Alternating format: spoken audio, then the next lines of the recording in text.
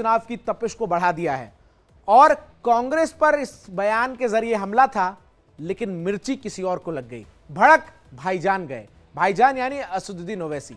दरअसल प्रधानमंत्री मोदी ने राजस्थान की अपनी रैली में ऐसा क्या बोल दिया कि एआईएमआईएम चीफ असदुद्दीन ओवैसी इस पर पलटवार करते हुए नजर आए और वार पलटवार का सिलसिला अब इस कदर आगे बढ़ रहा है कि तमाम विपक्षी दल जो हैं वो केंद्र सरकार पर प्रधानमंत्री के इस बयान को लेकर हमलावर हैं। आखिर ये पूरा माजरा क्या है, क्या बयान प्रधानमंत्री ने दिया, वार पर पलटवार कैसे विपक्ष कर रहा है, ये सब कुछ आप हमारी इस रिपोर्ट को देखिए और समझिए।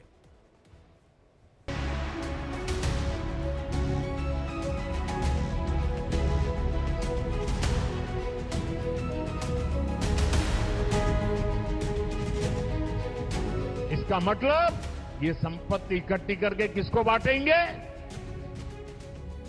जिनके ज्यादा बच्चे हैं उनको बांटेंगे। एक बात याद रखो, मैं कोई मुर्गी का बच्चा नहीं हूं। ज्यादा बच्चे हैं जिनके, मोदी के बयान पर भाईजान भड़के।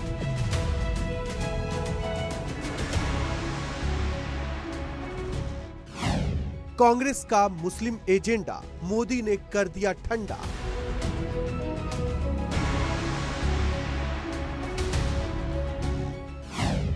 मंगलसूत्र पर घुसपैठ, भाईजान होंगे सेट। कांग्रेस पर हमला था, लेकिन मोदी का इशारा कहीं और था और इसका असर कुछ ही देर में दिखाई भी पड़ गया।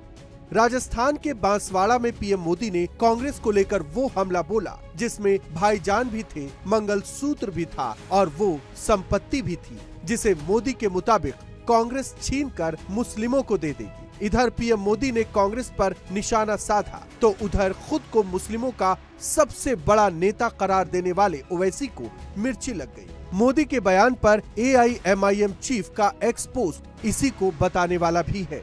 ओवैसी ने ट्विटर पर लिखा कि मोदी ने आज मुसलमानों को घुसपैठिया बताया और कहा कि उनके ज्यादा बच्चे होते हैं। 2002 से लेकर अब तक मोदी की बस एक ही गारंटी रही है, भारत के मुसलमानों को गालियां दो और वोट बटोरो। अगर बात मुल्क की संपत्ति की हो रही है तो मोदी सरकार में देश के धन पर पहला हक उनके अरबपति दोस्तों का रहा है।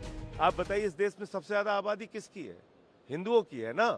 तो अगर बेरोजगारी बढ़ रही है तो सबसे ज्यादा नुकसान किसका है? हिंदुओं का। महंगाई बढ़ रही है तो सबसे ज्यादा नुकसान किसका है? हिंदुओं का। पेपर लीक हो रहा है तो सबसे ज्यादा करोड़ों नौजवान धक्के कहाँ खा रहे हैं? हिंदू बच्चे खा रहे हैं। तो आपने तो देश के हिंदुओं की जेब काट रहे हैं आप महंगाई के नाम पे। इसीलिए मैंने इसको कहा कि भारतीय जेब कतरा पार्टी है, लोगों का जेब काटने के लिए बनी है। महंगाई के नाम पे देश की जनता को डुबा दिया इन्होंने। जैसे जैसे चुनाव का दौर आगे बढ़ रहा है, वैसे वैसे पीएम मोदी के हमले भी तेज हो रहे हैं। मोदी अच्छे से जानते हैं कि मुस्लिमों को कैसे अपनी ओर लाया जाए और कैसे हिंदुत्व को भी साधा जाए। यही वजह है कि मोदी कांग्रेस पर निशाना साधते हैं और दर्द ओवैसी को होता है। उन्होंने कहा है कि अगर कांग्रेस की सरकार बनेगी तो हर एक की प्रॉपर्टी का सर्वे किया जाएगा। इतना ही नहीं, आगे क्या कहा है, ये जो गोल्ड है बहनों का और जो संपत्ति है ये सबको समान रूप से वितरित कर दी जाएगी। गोल्ड ले लेंगे, सबको वितरित कर देंगे। और पहले जब उनकी सरकार थी उन्होंने कहा था कि देश की संपत्ति पर पहला अधिकार मुसलमानों का है। इसका मतलब ये संपत्ति इकट्ठी करके किसको बांटेंगे? जिनके ज्यादा बच्चे हैं उनको बांटेंगे। कांग्रेस लगातार पीएम के निशाने पर है, तो चुनाव में जिस तरह से कांग्रेस इंडिया गठबंधन को आगे रखकर चुनाव लड़ रही है, उस पर भी मोदी ने हमला बोला। इतना तक कह दिया कि कांग्रेस के नेता अब खुद अपनी पार्टी को वोट न करने की बात कर रहे हैं। पहली बार ऐसा हो रहा है, कांग्रेस की दुर्दशा कि उनका शाही परिवार खुद कांग्रेस को वोट नहीं कर पाएगा। हमारे यहाँ कांग्रेस के नेता घर घर जाकर के क्या कह रहे हैं? कांग्रेस को वोट मत दो।